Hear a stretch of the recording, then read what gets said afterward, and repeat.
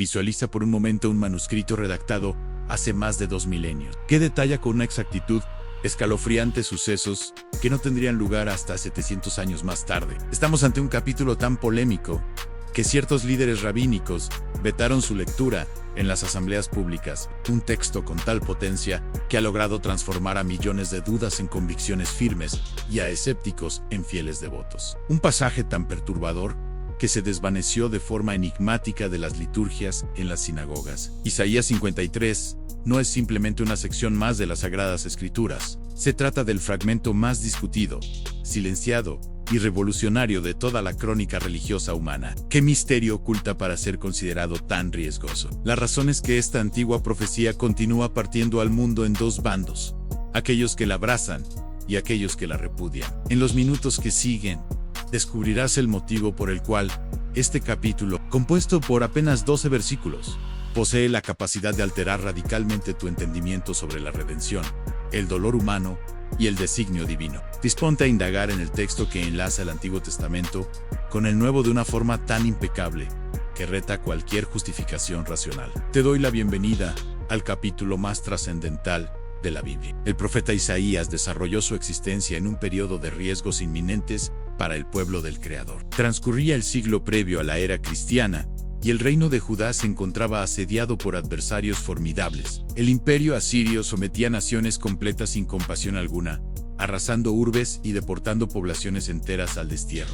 Los monarcas de Judá se estremecían frente a la amenaza perpetua de ser invadidos. En el centro de este desorden político, Dios seleccionó a un individuo llamado Isaías para comunicar mensajes que redefinirían la historia de nuestra especie. Isaías no era un vidente ordinario, ni uno más del montón. Ejercía su ministerio directamente en Jerusalén, en el núcleo mismo del poder gubernamental y eclesiástico. Ofrecía consejo a los reyes, lanzaba advertencias a la ciudadanía y recibía revelaciones que no solo cubrían su realidad inmediata, sino que se proyectaban hacia siglos venideros. Su libro alberga algunas de las predicciones más asombrosas que jamás se hayan redactado. Hablaba de sentencias aterradoras que caerían sobre Israel debido a su insubordinación, pero simultáneamente proclamaba esperanza, restitución y el advenimiento de un Salvador. Por décadas, Isaías anunció palabras que la gran mayoría se negaba a oír. La nación se había distanciado de Dios ejecutando ceremonias huecas, mientras sus corazones permanecían gélidos. La corrupción imperaba en los estrados judiciales, la iniquidad aplastaba a los menesterosos y la adoración de ídolos se propagaba como una plaga. Los dirigentes religiosos sostenían las fachadas, pero estaban desprovistos de una piedad auténtica. En esta atmósfera espiritualmente enferma, Dios le desveló a Isaías visiones concernientes al porvenir del pueblo judío y de la humanidad entera. Dentro del vasto compendio de predicciones de Isaías, hay un segmento que destaca por su nitidez y su fuerza transformadora. Los capítulos del 40 al 55 de su obra exponen mensajes de alivio y juramentos de redención. En el interior de estos capítulos surge de manera reiterada una figura enigmática, conocida como el Siervo del Señor. Este personaje es citado en diversos pasajes, pero es específicamente en el capítulo 53, donde su identidad y su cometido se exponen con pormenores que dejan sin aliento. Isaías redactó acerca de alguien que aparecería siglos más tarde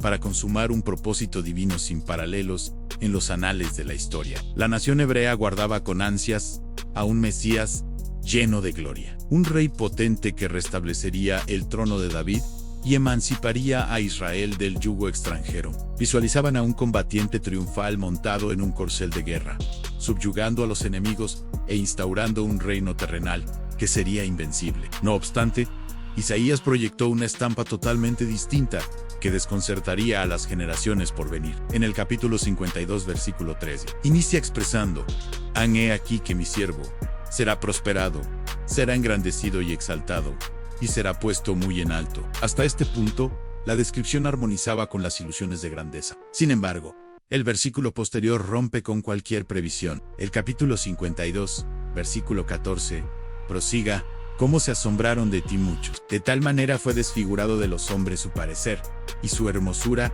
más que la de los hijos de los hombres». El ungido que se había prometido padecería una deformación corporal tan grave que la gente quedaría espantada al observarlo. Su aspecto estaría tan deteriorado que difícilmente parecería un ser humano. Esta descripción colisionaba con violencia contra la imagen del monarca glorioso que todos esperaban.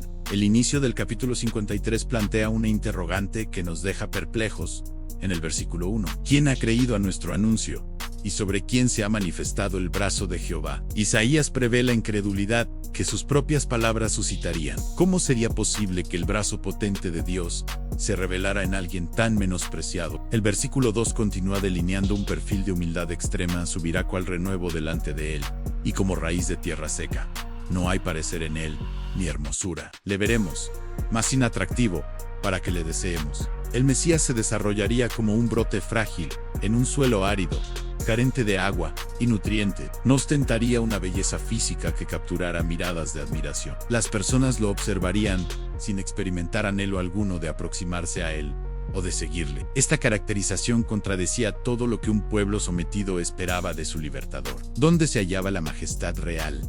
¿Dónde estaba el porte soberbio de un conquistador? El versículo 3 ahonda todavía más en esta tragedia despreciado y desechado entre los hombres. Varón de dolores, experimentado en quebranto. Y como que escondimos de él el rostro, fue menospreciado, y no lo estimamos. El siervo sería repudiado por la sociedad, visto como alguien sin valor alguno. Conocería el sufrimiento de una forma íntima, como alguien que cohabita a diario con la aflicción. Sería objeto de tal desprecio que la gente desviaría la mirada por vergüenza o repulsión al verlo. La humanidad no le otorgaría mérito alguno, ninguna consideración, ningún respeto. Este retrato desafiaba por completo la lógica religiosa de aquel tiempo. ¿Cómo era posible que Dios enviara a un Salvador tan humillado y rechazado? La paradoja resultaba absoluta grandeza eterna, manifestada en una humillación temporal extrema. Isaías inserta aquí un concepto revolucionario que modificaría para siempre la percepción del sacrificio y la salvación. El versículo 4 del capítulo 53 proclaman ciertamente: llevó él nuestras enfermedades y sufrió nuestros dolores, y nosotros le tuvimos por azotado, por herido de Dios y abatido. El siervo cargaría con dolencias ajenas, soportaría sufrimientos que no le correspondían, pero la humanidad juzgaría mal su padecimiento, creyendo que Dios lo castigaba por sus propios pecados. La realidad era radicalmente distinta. El versículo 5 destapa el corazón de esta profecía. Mas el herido fue por nuestras rebeliones, molido por nuestros pecados. El castigo de nuestra paz fue sobre él, y por su llaga fuimos nosotros curados. Cada término de este versículo vibra con un significado eterno. El siervo sería lastimado, pero no por sus fallas personales. Las rebeliones de los hombres causarían sus lesiones. Sería triturado, machacado, quebrantado, pero por los pecados de otros, no los propios. La sanción que debía precipitarse sobre la humanidad pecadora recaería sobre él, y ese castigo traería la paz, la reconciliación entre Dios y las personas. Sus heridas generarían sanidad para los demás. Este concepto de sufrimiento sustitutivo era singular en toda la literatura religiosa de la antigüedad. Jamás nadie en la historia había hablado de esta forma sobre la redención. Los sistemas de fe exigían que cada individuo pagara por sus propias faltas mediante sacrificios, penitencias o buenas acciones. Pero Isaías anunciaba algo distinto. Uno solo pagaría por mucho. El versículo 6 aclara la necesidad universal de este sacrificio.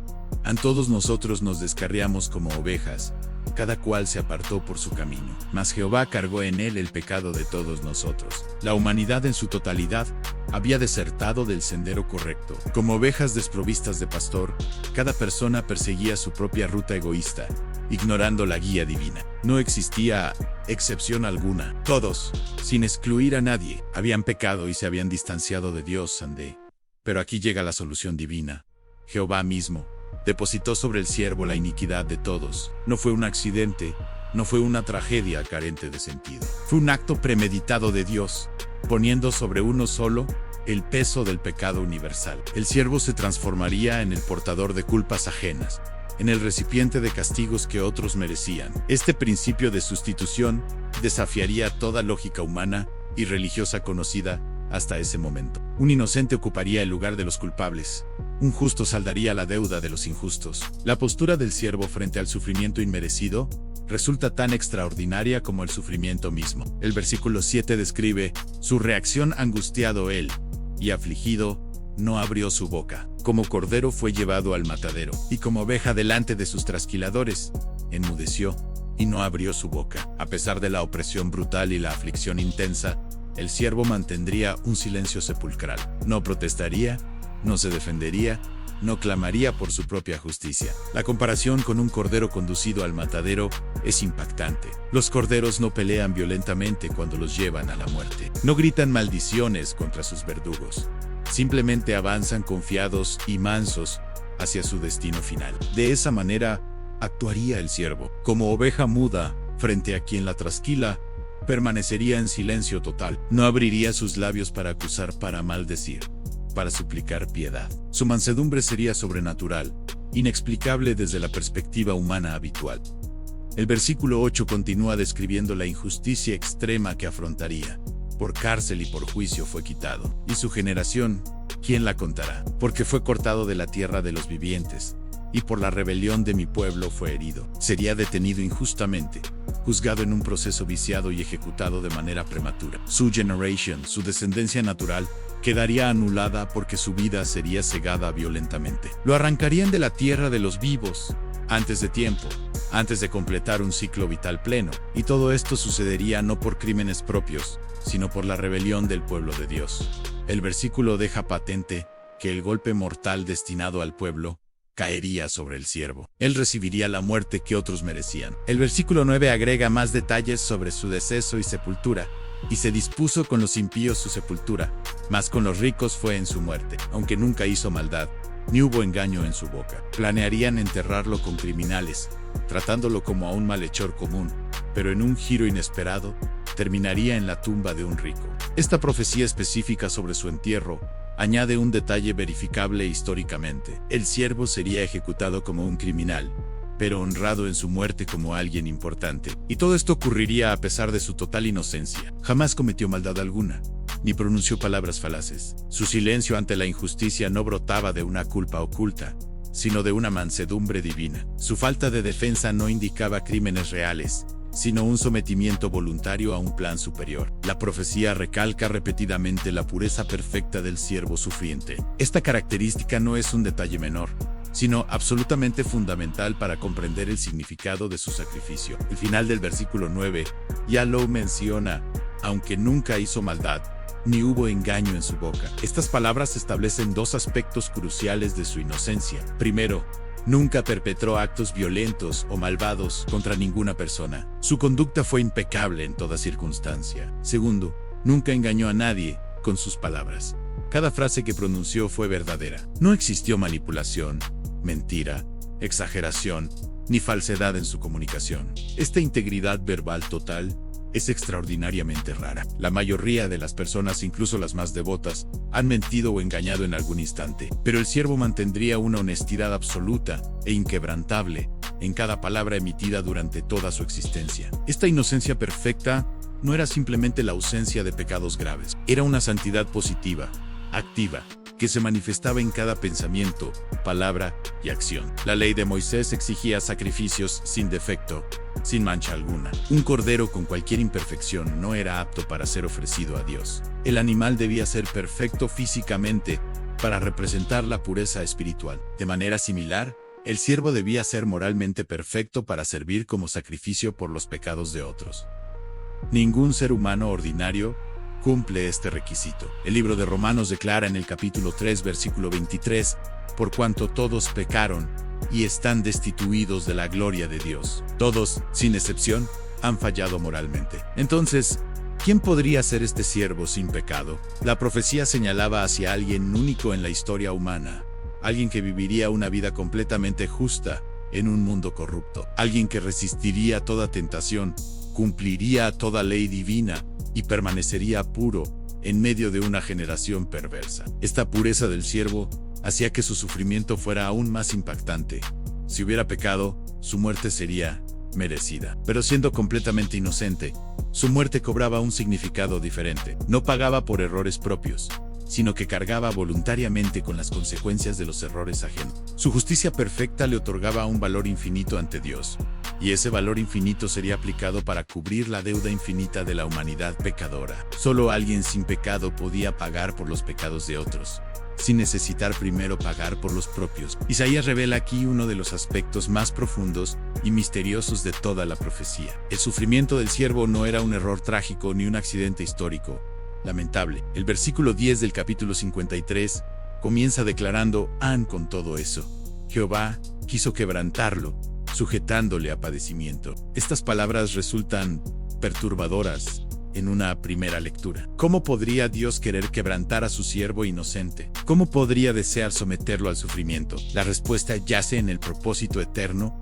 detrás del dolor temporal. No era crueldad divina, sino amor divino expresado de una manera que los humanos apenas podemos comprender. Dios no disfrutaba el sufrimiento del siervo, pero lo permitía y orquestaba porque era el único camino para salvar a la humanidad perdida. El versículo continúa: cuando haya puesto su vida en expiación por el pecado, verá linaje, vivirá por largos días, y la voluntad de Jehová será en su mano prosperada. Aquí aparece el concepto clave en expiación por el pecado. La vida del siervo se convertiría en una ofrenda que cubre y paga por las faltas de otros. Pero la muerte no sería el final de su historia. Vería descendencia, no una descendencia física ordinaria, sino una descendencia espiritual, una familia de redimidos. Viviría por largos días, indicando que su vida continuaría más allá de la muerte, y la voluntad de Dios prosperaría en su mano, cumpliendo el propósito divino perfectamente. El versículo 11 profundiza en los resultados del sacrificio.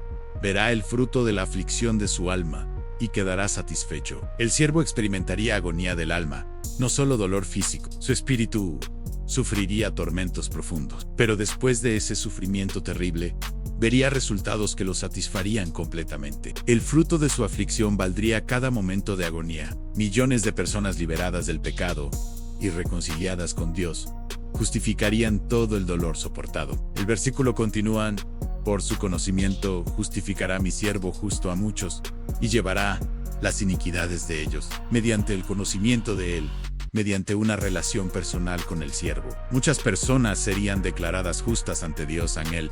Siendo justo, transferiría su justicia a otros y, al mismo tiempo, llevaría sobre sí las iniquidades de esos muchos. Habría un intercambio divino. Él tomaría los pecados de ellos y ellos recibirían la justicia de él. Este plan divino de sustitución y transferencia era la sabiduría eterna de Dios, manifestándose para salvar a quienes no podían salvarse a sí mismos. El capítulo 53 culmina explicando las consecuencias gloriosas del sacrificio del siervo. El versículo 12 declara: por tanto, yo le daré parte con los grandes, y con los fuertes repartirá despojos. Como recompensa por su obediencia hasta la muerte, Dios le otorgaría honor supremo. Compartiría gloria con los grandes de la historia y repartiría victorias como un guerrero conquistador. Pero esta victoria no vendría mediante una batalla militar tradicional, sino mediante una conquista espiritual sobre el pecado y la muerte. El versículo explica por qué recibe tal recompensa: por cuanto derramó su vida hasta la muerte. El siervo no retendría nada, no se aferraría a su propia vida. La entregaría completamente, derramándola como agua, vaciándose totalmente hasta el último aliento. Esta entrega absoluta, este sacrificio total de sí mismo, merecería reconocimiento divino eterno. No hubo mayo ere amor, no hubo mayo ere sacrificio, no hubo mayo ere obediencia. La frase siguiente añade otro detalle: y fue contado con los pecadores. Aunque era inocente, sería clasificado junto con criminales, tratado como uno de ellos. En su arresto, juicio y ejecución lo pondrían al nivel de malhechores comunes. Esta identificación con los pecadores era parte necesaria del plan. Para representar a los pecadores, para tomar su lugar, debía ser contado entre ellos. Solo así podría llevar sus castigos legítimamente ante la justicia divina. El versículo concluye con dos declaraciones finales: habiendo él llevado el pecado de muchos y orado por los transgresores. El siervo cargaría con los pecados de incontables personas a través de la historia, no solo de unos pocos privilegiados, sino de muchos, de multitudes, de personas de toda nación, tribu, lengua y pueblo.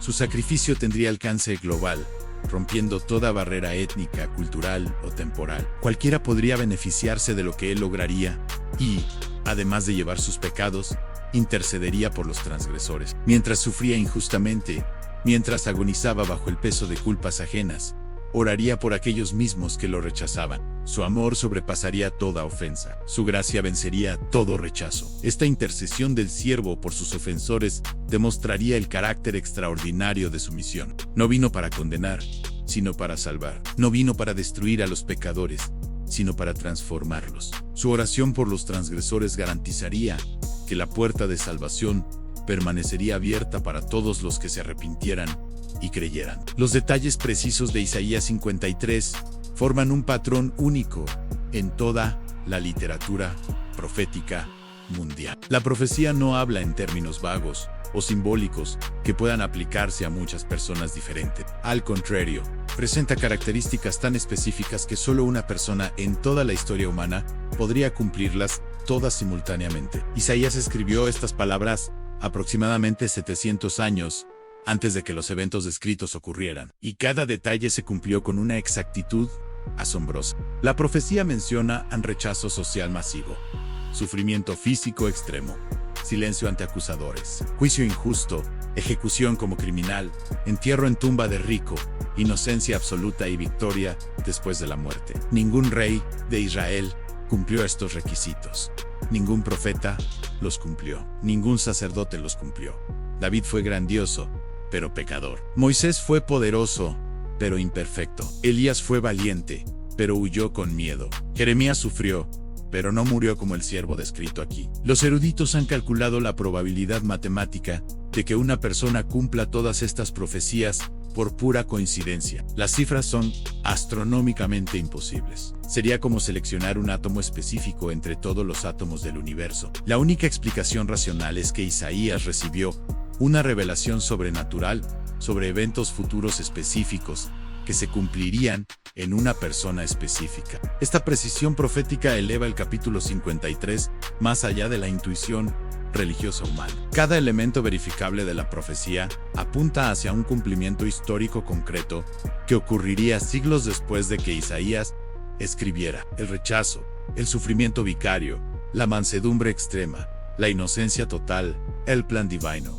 la justificación de muchos y la victoria final. Todos estos elementos formarían parte de la vida de una sola persona. Esta persona cambiaría el curso de la historia humana, dividiría el tiempo en antes y después de su venida, y ofrecería salvación eterna a millones de personas que creerían en su sacrificio sustitutivo. Durante más de 1000 años, el pueblo de Israel practicó un sistema elaborado de sacrificios de animales que Dios mismo había establecido a través de Moisés. Cada día los sacerdotes ofrecían corderos, cabras, toros y palomas en el templo de Jerusalén. La sangre corría constantemente por los altares. El humo de los sacrificios subía hacia el cielo como aroma para Dios. El libro de Levítico detalla estos rituales con precisión asombrosa, especificando qué animal debía ofrecerse por cada tipo de pecado. Los israelitas que pecaban debían llevar sus animales al templo, colocar sus manos sobre la cabeza del animal para transferir simbólicamente su culpa, y luego, el sacerdote sacrificaba al animal en su lugar. El capítulo 16 de Levítico describe el día de la expiación, la ceremonia más importante del año religioso judío. El versículo 15 explica: después degollará el macho cabrío en expiación por el pecado del pueblo y llevará la sangre detrás, del velo adentro, y hará de la sangre como hizo con la sangre del becerro, y la esparcirá sobre el propiciatorio y delante del propiciatorio. Una vez al año, el sumo sacerdote entraba al lugar más sagrado del templo, el lugar santísimo donde habitaba la presencia de Dios, llevando sangre de animales para cubrir los pecados del pueblo entero. Este ritual era solemne, peligroso y absolutamente necesario, según la ley de Moisés. Pero estos sacrificios tenían una limitación fundamental que todo judío piadoso reconocía internamente. Los israelitas repetían los mismos sacrificios año tras año, día tras día, sin cesar jamás. Si realmente eliminaran los pecados de manera definitiva, ¿por qué era necesario repetirlos constantemente? Los sacrificios eran sombras, imágenes imperfectas que apuntaban hacia algo mayor que vendría después. Funcionaban como lecciones visuales que enseñaban verdades espirituales profundas, pero no eran la solución final al problema del pecado humano. El sistema levítico servía a un propósito educativo crucial. Enseñaba al pueblo que el pecado era serio, que requería sangre, que merecía muerte. Cada vez que un israelita llevaba su cordero al templo y veía morir al animal inocente, recibía una lección poderosa sobre las consecuencias del pecado. La sangre derramada recordaba que el salario del pecado es muerte, pero al mismo tiempo, el animal moría en lugar del pecador. enseñando el principio de sustitución. Sin embargo, todos intuían que un animal no equivalía realmente a un alma humana. Los sacrificios apuntaban hacia adelante, preparando al pueblo para entender el sacrificio verdadero que vendría. El sacrificio del ciervo descrito en Isaías 53 superaba el sistema levítico en múltiples aspectos fundamentales que transformarían completamente la comprensión de la redención. Primero, mientras los sacrificios animales debían repetirse constantemente, el sacrificio del ciervo sería único y definitivo, una sola vez para siempre, en redención eterna. Estas palabras marcan la diferencia absoluta entre sacrificios temporales, repetitivos, y un sacrificio eterno completo. Los corderos del templo morían por miles cada año, sin resolver el problema del pecado. El siervo moriría una vez, y resolvería el problema permanentemente para todos los que creyeran en él al segundo. Mientras los sacrificios animales solo cubrían los pecados temporalmente, el sacrificio del siervo los quitaría completamente. Existía una diferencia crucial entre cubrir y quitar. Las ofrendas del Antiguo Testamento cubrían los pecados, los escondían de la vista de Dios por un tiempo, como una manta que tapa algo sucio sin limpiarlo realmente. Pero el sacrificio profetizado en Isaías 53 los quitaría, los eliminaría, los borraría, como si nunca hubieran existido. Sería como lavar una mancha hasta que desaparece completamente, no simplemente ocultarla debajo de algo. Tercero, mientras los animales morían involuntariamente, el siervo entregaría su vida voluntariamente.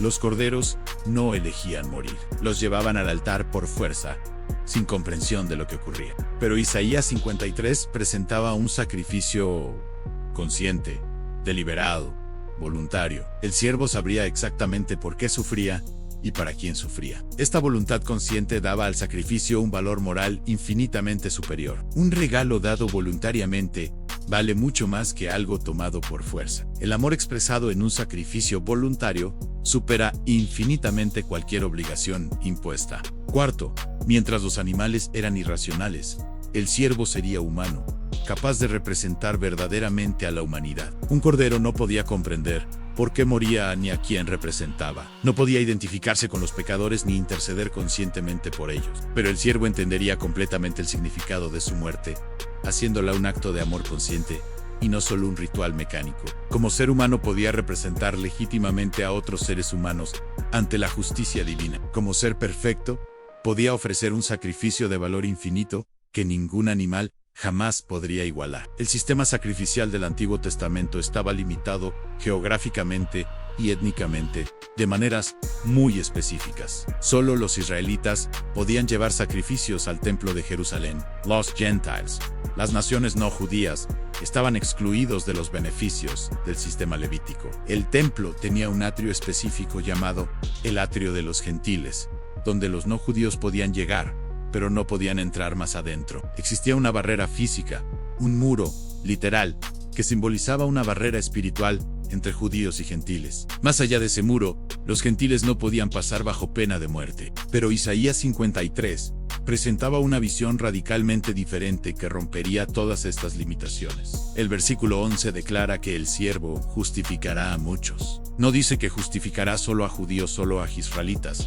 solo a descendientes de Abraham. Dice simplemente muchos, una palabra que rompe toda limitación étnica, geográfica o cultural. El profeta Isaías había anunciado esta universalidad en capítulos anteriores de su libro. El capítulo 49, versículo 6, registra palabras de Dios al siervo. Poco es para mí que tú seas mi siervo para levantar las tribus de Jacob y para que restaures el remanente de Israel. También te di por luz de las naciones, para que seas mi salvación hasta lo postrero de la tierra. Restaurar a Israel era importante, pero insuficiente para el plan divino completo. El propósito de Dios abarcaba todas las naciones hasta los confines más remotos de la tierra. El siervo sería luz, no solo para un pueblo privilegiado, sino para todos los pueblos sin excepción. El capítulo 52, versículo 15, había anticipado este alcance global con palabras sorprendentes.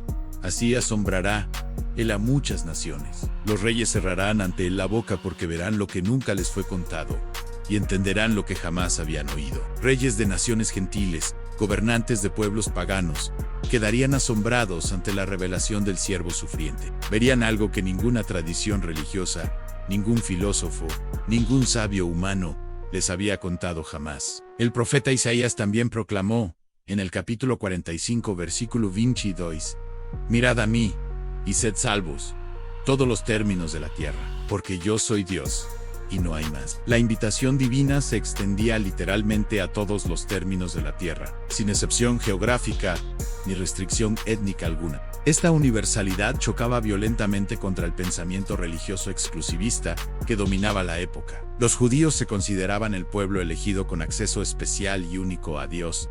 Los gentiles eran vistos como impuros, alejados, sin esperanza de salvación verdadera. Pero el sacrificio del siervo cambiaría esta dinámica de manera revolucionaria. Isaías Bushessan introduce y desarrolla el concepto de expiación sustitutiva con claridad única en toda la literatura religiosa antigua. Expiación significa cubrir o pagar por el pecado, satisfacer la justicia divina ofendida. Sustitutiva significa que alguien toma el lugar de otro, representa a otro, sufre en lugar de otro. Combinados, estos conceptos forman la base revolucionaria de la salvación revelada en este capítulo profético. El siervo no sufriría por sus propios pecados, porque no tenía ninguno, sino en lugar de otros, como su representante legal y sustituto legítimo ante la justicia divina. El versículo 5 ya estableció este principio con palabras directas, mas el herido fue por nuestras rebeliones, molido por nuestros pecados. La preposición por indica sustitución clara. No fue herido con nuestras rebeliones como si las compartiera o participara en ella, sino por nuestras rebeliones,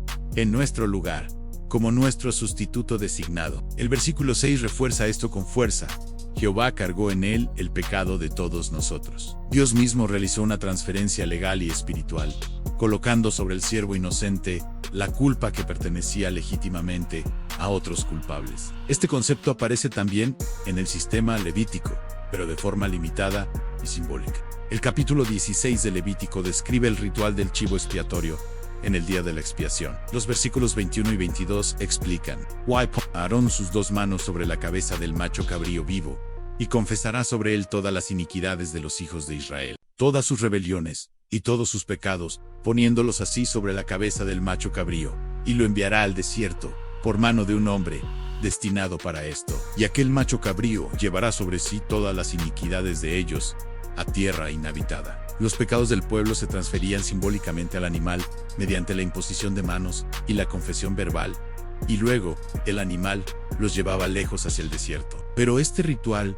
era solo sombra imperfecta de la realidad que Isaías profetizaba. El siervo no solo llevaría los pecados simbólicamente mediante un ritual externo, sino real y efectivamente en su propio ser. La transferencia no sería meramente ceremonial, sino profundamente espiritual. El siervo experimentaría las consecuencias reales del pecado ajeno en su propia carne y espíritu. Este concepto de sustitución penal era revolucionario porque establecía que uno solo podía pagar legítimamente por todos, que un inocente podía tomar voluntariamente el castigo destinado a los culpables. El pecado había creado una separación profunda, real y activa entre Dios y la humanidad. Esta separación no era simplemente emocional, psicológica o imaginaria, sino una ruptura verdadera en la relación más fundamental del universo. El pecado humano ofendió la santidad absoluta de Dios. La justicia divina demandaba castigo proporcional. La humanidad entera estaba bajo condenación merecida. El profeta Isaías había declarado esta realidad con claridad en el capítulo 59, versículos 1 y 2.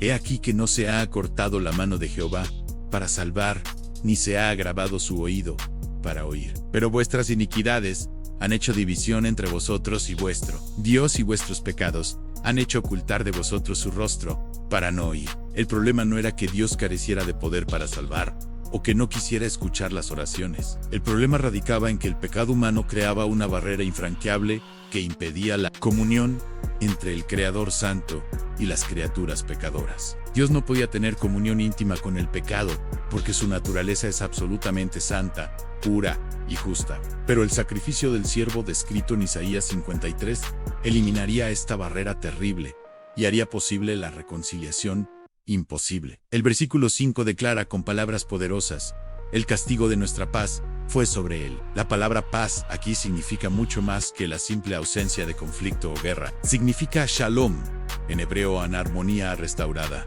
relación correcta, comunión renovada entre Dios y las personas. El castigo necesario para establecer esta paz cayó completamente sobre el siervo sustituto. Él absorbió la ira divina justa contra el pecado, experimentó la separación terrible de Dios que los pecadores merecían experimentar eternamente. La humanidad pecadora era enemiga de Dios por naturaleza, no amiga ni neutral. Existía hostilidad real, no imaginaria, entre el Dios santo y los rebeldes pecadores. Pero mediante la muerte sacrificial del siervo, los enemigos declarados fueron transformados en amigos reconciliados. La reconciliación no fue automática para todos los seres humanos, sino disponible gratuitamente para todos los que la recibieran, mediante fe genuina en el sacrificio del siervo. Durante muchos siglos, el pueblo judío mantuvo una separación estricta y rigurosa de las naciones gentiles que los rodeaban. Esta separación tenía razones históricas válidas y fundamentos teológicos legítimos. Dios había llamado a Israel para ser un pueblo santo, distintivamente separado de las prácticas idólatras y paganas de las naciones circundantes. Con el tiempo, sin embargo, esta distinción necesaria y saludable se convirtió gradualmente en un orgullo étnico insoportable y un exclusivismo religioso extremo. Los judíos llegaron a considerar a los gentiles como inherentemente impuros, moralmente inferiores, espiritualmente sin esperanza alguna de salvación verdadera. El contacto físico con gentiles causaba impureza ritual que requería ceremonias de purificación. Comer con ellos era absolutamente impensable y escandaloso. Pero el sacrificio del siervo profetizado en Isaías 53 demolería todas estas barreras artificiales de manera definitiva. Existía una pared sólida, una barrera física y espiritual que separaba a judíos y gentiles en dos categorías irreconciliables. El siervo la derribaría completamente mediante su sacrificio universal. Las ordenanzas ceremoniales que separaban a judíos y gentiles en categorías distintas fueron abolidas por el sacrificio del siervo, no porque fueran intrínsecamente malas o erróneas, sino porque cumplieron perfectamente su propósito preparatorio temporal. Apuntaban proféticamente hacia el sacrificio verdadero y definitivo. Una vez llegado ese sacrificio real, las sombras ceremoniales ya no eran necesarias ni relevantes. La cruz del siervo no solo reconcilió a seres humanos pecadores con un Dios santo, sino que también reconcilió a seres humanos entre sí, eliminando divisiones antiguas. Judíos y gentiles ahora tenían acceso exactamente igual a Dios. Mediante el mismo sacrificio, un mismo acceso, un mismo espíritu, un mismo Padre Celestial. Las diferencias étnicas perdían completamente su significado espiritual. El sacrificio del siervo creaba una nueva humanidad redimida, donde las antiguas divisiones raciales, culturales y religiosas carecían de importancia salvífica. No es que las diferencias étnicas o culturales desaparecieran físicamente de la tierra, sino que dejaban definitivamente de ser barreras espirituales que separan a las personas de Dios o entre sí.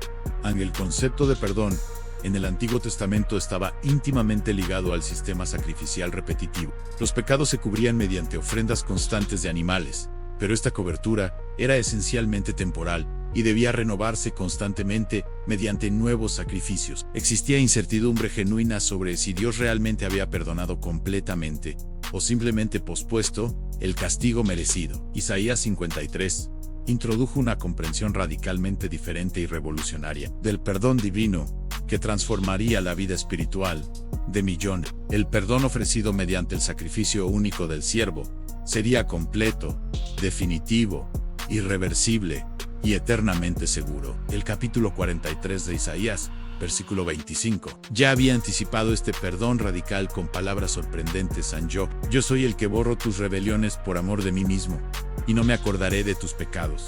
Dios no simplemente cubriría los pecados temporalmente, como bajo el sistema antiguo, sino que los borraría completamente, como quien borra escritura con un borrador. No los recordaría más contra el pecador arrepentido.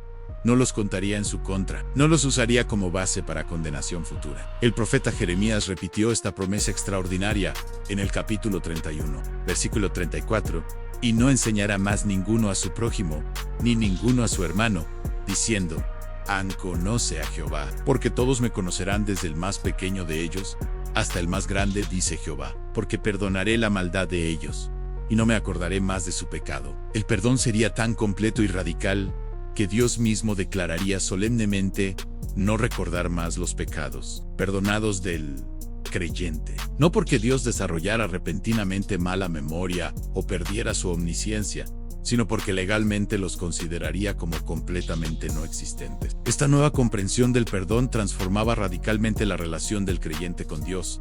Ya no había necesidad de vivir en incertidumbre constante y ansiedad paralizante sobre el estado espiritual. Ya no había que temer obsesivamente que Dios recordara y contara pecados pasados, ya confesados y perdonados. Ya no había que repetir sacrificios indefinidamente, esperando alcanzar finalmente suficiente mérito acumulado para ser aceptado. El sistema religioso judío del Antiguo Testamento, aunque originalmente dado por Dios mismo, se había convertido gradualmente en un sistema opresivo de méritos y obras humanas. Las personas intentaban desesperadamente ganar favor divino mediante el cumplimiento estricto de centenares de leyes ceremoniales, ofrendas cada vez más generosas y una conducta moral externamente impecable. Creían sinceramente que la salvación dependía fundamentalmente de acumular suficientes buenas obras para superar las malas obras cometidas. Esta mentalidad de méritos ganados era común en todas las religiones antiguas del mundo y persiste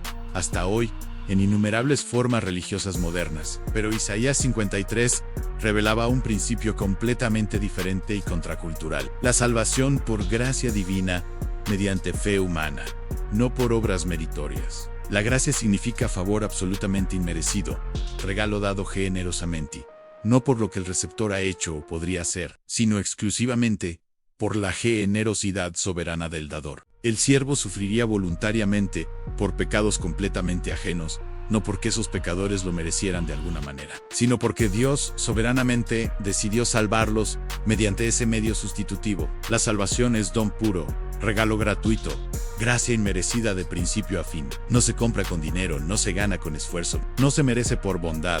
Se recibe humildemente como regalo, basado exclusivamente en el sacrificio suficiente del siervo prometido. Este principio de gracia invertía completamente la lógica religiosa humana universal. Las religiones naturales inventadas por humanos siempre operan bajo la premisa básica de obras meritorias.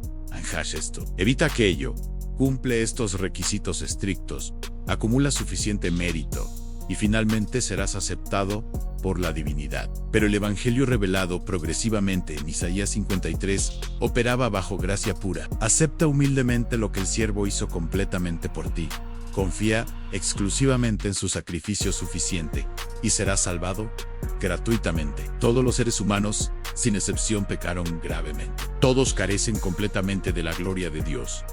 Todos necesitan desesperadamente redención externa, pero esa redención viene totalmente gratis por gracia divina. No se compra con dinero, no se gana con esfuerzo, no se merece por bondad. Se recibe humildemente como regalo basado exclusivamente en el sacrificio sustitutivo del siervo profetizado. 700 años después de que Isaías escribiera su profecía, nació en Belén un niño que cumpliría cada detalle descrito en el capítulo 53. Jesús de Nazaret vivió una vida que encajaba perfectamente con el patrón profético establecido siglos antes. El Evangelio de Mateo documenta cómo desde su nacimiento Jesús cumplió profecías antiguas. Creció en Nazaret, un pueblo despreciado. El Evangelio de Juan capítulo 1, versículo 46, registra la reacción común.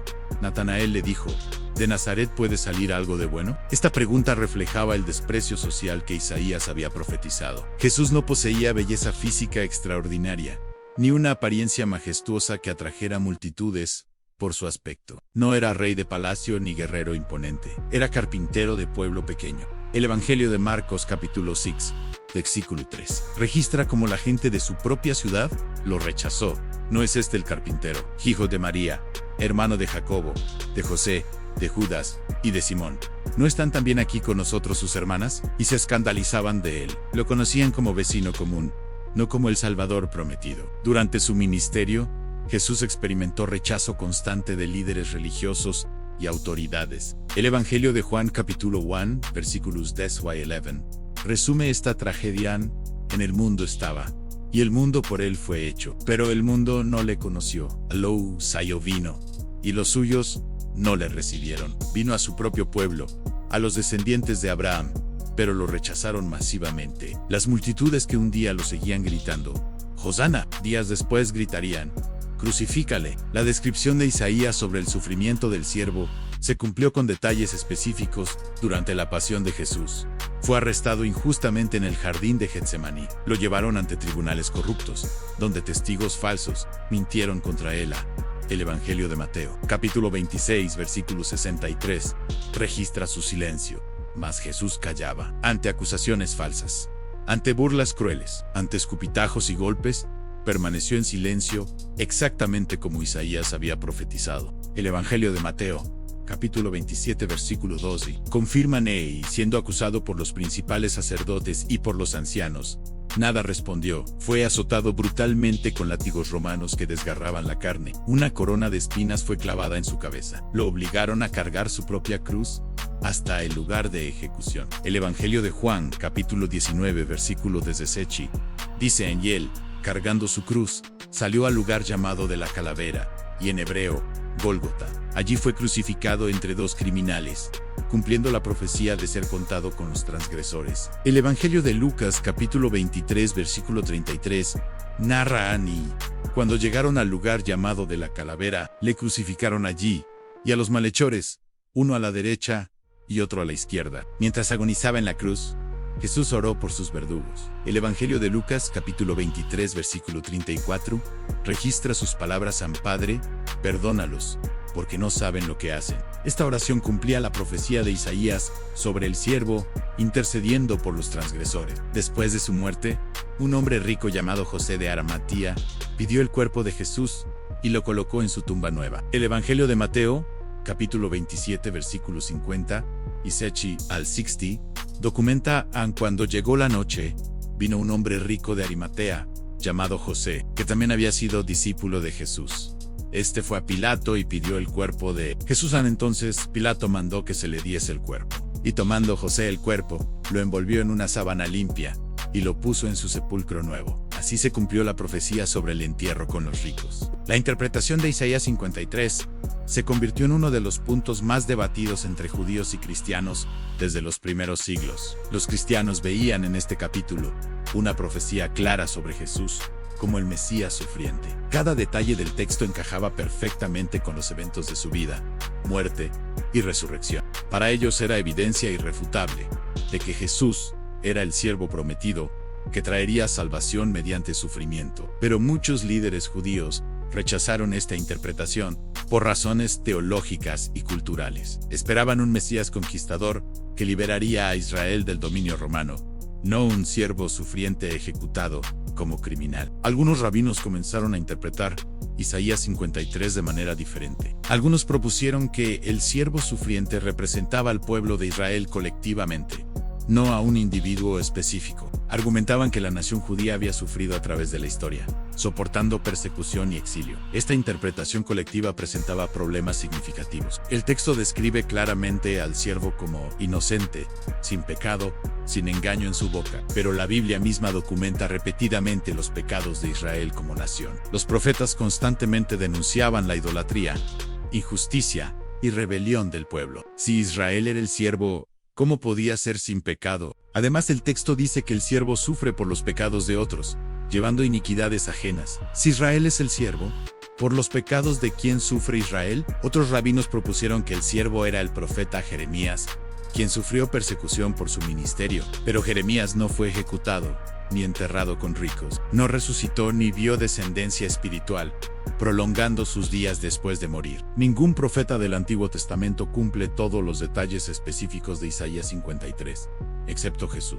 La Mishnah, colección de enseñanzas rabínicas, originalmente contenía referencias al Mesías sufriente. Pero después del surgimiento del cristianismo, estas referencias fueron gradualmente minimizadas. Un hecho histórico notable es que algunos rabinos antiguos sí interpretaban Isaías 53 como mesiánico individual. El Targum de Jonatán, traducción aramea antigua del texto hebreo, aplica el capítulo al Mesías. Textos del Talmud también contienen discusiones sobre el Mesías sufriente. Pero después de siglos de conflicto con cristianos, la interpretación colectiva de Israel como siervo se volvió dominante en el judaísmo tradicional. Esta controversia continúa hasta hoy con eruditos de ambos lados, presentando argumentos para sus interpretaciones respectivas. Isaías 53 se convirtió en el fundamento teológico de la iglesia cristiana primitiva. Los primeros creyentes usaban este capítulo constantemente para explicar quién era Jesús y por qué había muerto. No inventaron teorías nuevas sobre salvación, simplemente mostraban cómo Jesús cumplió perfectamente lo que Isaías había profetizado 700 años antes. Este capítulo les daba lenguaje y conceptos para comunicar el evangelio de manera clara y bíblica. El libro de Hechos documenta cómo los apóstoles usaban Isaías 53 en su predicación. El capítulo 8 narra la historia de Felipe y el eunuco etíope.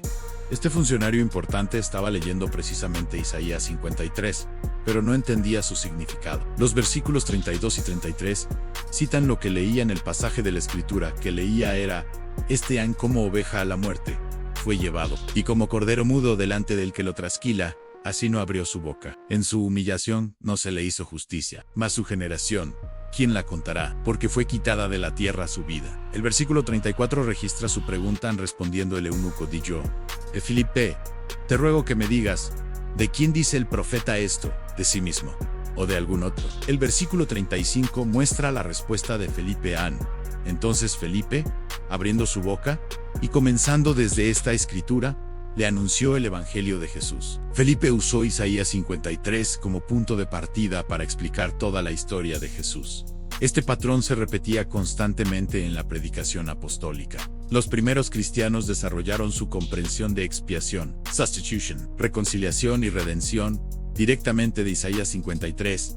El concepto de que Jesús murió por pecados ajenos no era invención posterior, sino enseñanza central desde el principio, basada en esta profecía. Las cartas apostólicas del Nuevo Testamento citan y aluden a Isaías 53 repetidamente. El apóstol Pedro escribió en su primera carta, capítulo 2, versículos 24 y 25, quien llevó él mismo nuestros pecados en su cuerpo sobre el madero, para que nosotros, estando muertos a los pecados, vivamos a la justicia, y por cuya herida fuisteis sanados. Porque vosotros erais como ovejas descarriadas, pero ahora habéis vuelto al pastor y obispo de vuestras almas. Este lenguaje viene directamente de Isaías 53. Pedro aplicaba las palabras del profeta a Jesús y a la experiencia de salvación de los creyentes. El apóstol Pablo construyó gran parte de su teología de justificación por fe sobre los principios revelados en Isaías 53. La iglesia primitiva memorizaba este capítulo, lo cantaba en himnos, lo usaba en liturgias. Se convirtió en texto fundamental para entrenar nuevos creyentes y responder preguntas de escépticos. Los padres de la iglesia posteriores escribieron comentarios extensos sobre Isaías 53, explorando cada frase y aplicándola a Cristo. Los escritores del Nuevo Testamento conectaron sistemáticamente la vida de Jesús con Isaías 53 en sus testimonios. No fue coincidencia casual. Ellos habían escuchado a Jesús mismo explicar cómo las escrituras hablaban de él. El Evangelio de Lucas capítulo 24 versículo 27 describe cómo Jesús resucitado enseñó a 2 discípulos y comenzando desde Moisés y siguiendo por todos los profetas, les declaraba en todas las escrituras lo que de él decían. En Isaías 53 era parte central de esas explicaciones. El Evangelio de Mateo presenta a Jesús como el cumplimiento de profecías. El capítulo 8 versículo desde Sechi cita directamente Isaías 53, después de describir sanidades realizadas por Jesús, para que se cumpliese lo dicho por el profeta Isaías, cuando dijo: «En él mismo tomó nuestras enfermedades y llevó nuestras dolencias». Mateo vio cumplimiento profético no solo en la muerte de Jesús, sino en todo su ministerio de compasión y sanidad. El siervo llevaba enfermedades y dolencias de manera literal y espiritual. El Evangelio de Juan cita Isaías 53 para explicar por qué muchos no creyeron en Jesús a pesar de sus milagros. El capítulo 12 versículos 37 y 38 dice: «Pero a pesar de que había hecho tantas señales delante de ellos, no creían en él, para que se cumpliese la palabra del profeta Isaías, que dijo: Señor, ¿quién ha creído a nuestro anuncio? ¿Y a quién se ha revelado el brazo del Señor?». La incredulidad masiva ante el Mesías no sorprendió a Juan porque Isaías la había profetizado. El apóstol Pablo fundamentó su evangelio en Isaías 53, en su carta a los Romanos. Capítulo 4, versículo 25 declara sobre Jesús, el cual fue entregado por nuestras transgresiones y resucitado para nuestra justificación. Este lenguaje refleja claramente Isaías 53. En su carta a los Corintios desarrolla la teología de sustitución. El capítulo 5 de 2 Corintios Versículo 21. Proclaman al que no conoció pecado, por nosotros lo hizo pecado, para que nosotros fuésemos hechos justicia de Dios en él. Esta transacción sustitutiva viene directamente del capítulo 53 de Isaías. Pedro, quien negó a Jesús 3 veces, escribió después, con comprensión profunda del significado del sufrimiento de Cristo. Su primera carta está saturada de lenguaje y conceptos de Isaías 53. El capítulo 3. Versículo 18 resumen, porque también Cristo padeció una sola vez por los pecados, el justo por los injustos, para llevarnos a Dios, siendo a la verdad muerto en la carne, pero vivificado en espíritu. Esta frase captura la esencia de Isaías 53 y del testimonio apostólico unificado. Isaías 53 ha sido instrumento de conversión para innumerables personas a lo largo de 2000 años de historia. Judíos que leían este capítulo con ojos abiertos reconocían a Jesús en cada versículo. Gentiles que nunca habían escuchado del Dios de Israel encontraban en este texto la respuesta a su búsqueda espiritual. La claridad profética del capítulo hacía difícil ignorar sus implicaciones cuando se comparaba honestamente con la vida de Jesús. En los primeros siglos, miles de judíos se convirtieron al cristianismo después de estudiar sus propias escrituras y ver el cumplimiento profético en Jesús. El libro de Hechos documenta que en Jerusalén, poco después de Pentecostés, miles aceptaron el mensaje apostólico. El capítulo 2, versículo 41, registran así que los que recibieron su palabra fueron bautizados, y se añadieron aquel día como 3000 personas. Días después, el capítulo 4, versículo 4, añade, pero muchos de los que habían oído la palabra creyeron, y el número de los varones era como 5000. Estos judíos conocían Isaías 53 desde niños, lo habían escuchado en sinagogas. Pero cuando los apóstoles les mostraron cómo Jesús cumplió cada detalle, sus ojos se abrieron. La conexión era innegable. A través de los siglos, este patrón se repitió constantemente. Durante la Edad Media, algunos rabinos que estudiaban Isaías 53 objetivamente llegaban a conclusiones que los ponían en conflicto con comunidades judías tradicionales. Algunos se convertían secretamente, otros públicamente, enfrentando persecución severa. En tiempos modernos, muchos judíos mesiánicos testifican que Isaías 53 fue clave en su conversión. Cuando leían el capítulo sin interpretaciones rabínicas previas, veían claramente que describía a Jesús. No fueron convencidos por argumentos cristianos solamente, sino por sus propias escrituras hebreas. Entre gentiles, Isaías 53 también produjo conversiones masivas. Misioneros en África, Asia y América usaban este texto para mostrar que la muerte de Jesús no fue un accidente histórico, sino un plan divino profetizado. Personas de trasfondos religiosos diversos encontraban en Isaías 53 una explicación satisfactoria para el sufrimiento humano y la solución divina al pecado. El capítulo respondía a preguntas profundas. ¿Por qué existe el mal? ¿Cómo puede un Dios justo perdonar a pecadores? ¿Qué precio paga el pecado? Las respuestas estaban en el siervo sufriente, que voluntariamente llevó sobre sí las consecuencias del pecado ajeno. Esta verdad transformaba vidas radicalmente. El mensaje de Isaías 53 no solo convertía personas, sino que transformaba completamente sus vidas. Comprender que alguien inocente sufrió voluntariamente por pecados ajenos producía gratitud profunda, amor genuino y un cambio moral radical. Personas violentas se volvían pacíficas, ladrones se volvían honestos, orgullosos se volvían humildes, egoístas se volvían generosos. El evangelio del siervo sufriente tenía poder para cambiar corazones de piedra en corazones de carne. El apóstol Pablo describió esta transformación en su carta a los Corintios. El capítulo 5 de 2 Corintios versículo 17 declara, de modo que si alguno está en Cristo, nueva criatura es. Las cosas viejas pasaron, he aquí todas son hechas nuevas. Esta nueva creación ocurría cuando las personas aceptaban el sacrificio sustitutivo del siervo. No era solo un cambio superficial de conducta externa, sino una renovación interna profunda. El capítulo 6 de Romanos versículos 6 y 7 explican sabiendo esto, que nuestro viejo hombre fue crucificado juntamente con él, para que el cuerpo del pecado sea destruido, a fin de que no sirvamos más al pecado. Porque el que ha muerto ha sido justificado del pecado. Los creyentes se identificaban con la muerte del siervo, morían a su vida vieja de pecado y resucitaban a una vida nueva de justicia. Esta identificación no era meramente teórica, sino experiencial, producía cambio real verificable. La historia documenta transformaciones extraordinarias atribuidas al poder del evangelio basado En Isaías 53, gladiadores romanos dejaban la violencia, prostitutas abandonaban su vida pasada, esclavistas liberaban esclavos reconociendo la dignidad humana universal, enemigos se reconciliaban, adictos se liberaban. El mensaje del siervo también producía valentía ante la persecución. Mártires cristianos enfrentaban la muerte cruel con paz sobrenatural,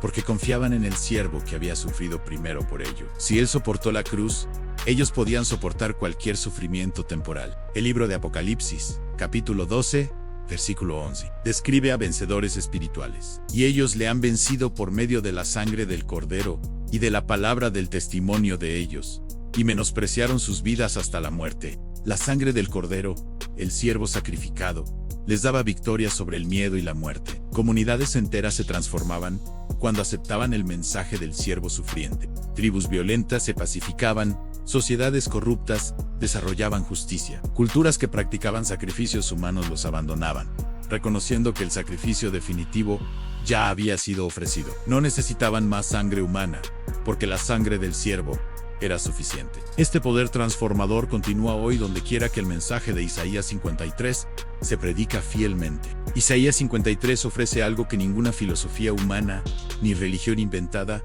puede proporcionar: una esperanza absoluta, basada en una obra terminada, no en esfuerzo humano incierto. Las personas vivían bajo el peso aplastante de la culpa, el temor al juicio divino y la desesperanza sobre la vida después de la muerte, pero el mensaje del siervo sufriente traía liberación completa. El sacrificio ya estaba hecho, el precio ya estaba pagado, la justicia divina ya estaba satisfecha. Los creyentes podían descansar en una obra terminada. El Evangelio de Juan, capítulo 19, versículo 30, registra las últimas palabras de Jesús en la cruz.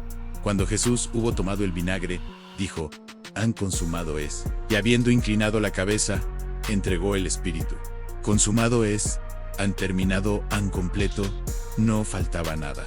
El sacrificio profetizado en Isaías 53 estaba cumplido perfectamente. Los creyentes no tenían que añadir nada a lo que el siervo había logrado. No podían mejorar su obra, solo podían recibirla mediante fe agradecida. Esta certeza producía paz profunda. El capítulo 5, Romanos, versículo 1, proclama: justificados pues, por la fe, tenemos paz para con Dios, por medio de nuestro Señor Jesucristo. Paz con Dios, no ansiedad constante sobre si habían hecho suficiente, no incertidumbre sobre su destino eterno, sino paz fundamentada en el sacrificio del siervo. Los versículos 9 y 10 del mismo capítulo añaden pues mucho más: estando ya justificados en su sangre, por él seremos salvos de la ira. Porque si siendo enemigos, fuimos reconciliados con Dios por la muerte de su Hijo, mucho más, estando reconciliados, seremos salvos por su vida. La esperanza cristiana no se basa en un optimismo vago, ni en un pensamiento positivo vacío. Se fundamenta en un evento histórico verificable: a la muerte y resurrección del siervo profetizado. Isaías 53 había predicho que después de sufrir y morir, el siervo vería descendencia y prolongaría sus días. Esto apuntaba claramente a la resurrección. El versículo 10 declara: verá linaje, vivirá por largos días. No podía haber descendencia ni vivir largos días si permanecía muerto. La resurrección estaba implícita en la profecía, y Jesús resucitó exactamente como Isaías había anticipado. El Evangelio de Mateo, capítulo 28, versículos 5 y 6, narra más: el ángel, respondiendo, dijo a las mujeres: no temáis vosotras, porque yo sé que buscáis a Jesús, el que fue crucificado. No está aquí, pues ha resucitado como dijo. La resurrección confirmaba que Dios había aceptado el sacrificio del siervo. Probaba que la muerte había sido vencida. Garantizaba que los creyentes también resucitarían. Esta esperanza de vida eterna transformaba cómo las personas enfrentaban muerte, sufrimiento y dificultades temporales. 2700 años después de que Isaías escribiera su profecía. El capítulo 53 sigue siendo relevante para la humanidad moderna. Los problemas fundamentales que aborda no han cambiado. Las personas todavía luchan con culpa por errores pasados. Todavía buscan significado y propósito. Todavía temen la muerte y lo que viene después. Todavía anhelan perdón, paz y reconciliación. Isaías 53 ofrece respuestas a estas necesidades universales, atemporales, que trascienden culturas y épocas. En un mundo donde muchos rechazan la religión organizada, Isaías 53 presenta algo diferente. No ofrece un sistema religioso de reglas y rituales. Presenta a una persona que sufrió voluntariamente para reconciliar a humanos con Dios. No demanda esfuerzo humano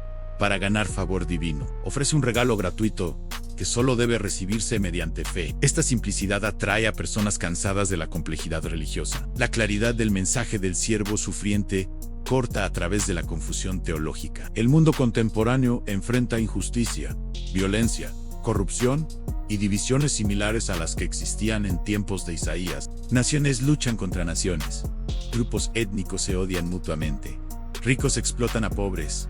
Poderosos oprimen a débiles. En medio de este caos, Isaías 53 ofrece una solución radical a la reconciliación mediante sacrificio sustitutivo. El siervo sufrió para unir lo que estaba dividido, sanar lo que estaba roto, reconciliar lo que estaba enemistado. Este mensaje sigue siendo revolucionario y necesario. Personas que descubren Isaías 53 hoy experimentan el mismo impacto que personas hace 2000 años. Cuando leen honestamente el capítulo y lo comparan con la vida de Jesús, las conexiones son innegables. La precisión profética desafía explicaciones naturalistas. La profundidad teológica satisface búsquedas intelectuales. El amor demostrado en un sacrificio voluntario toca corazones endurecidos. Millones continúan encontrando, en este capítulo antiguo, respuestas a preguntas modernas sobre sufrimiento, redención y esperanza eterna. Si esta información ha resonado en tu interior, si has llegado a entender la razón por la cual Isaías 53 se considera auténticamente el capítulo más vital de las Escrituras,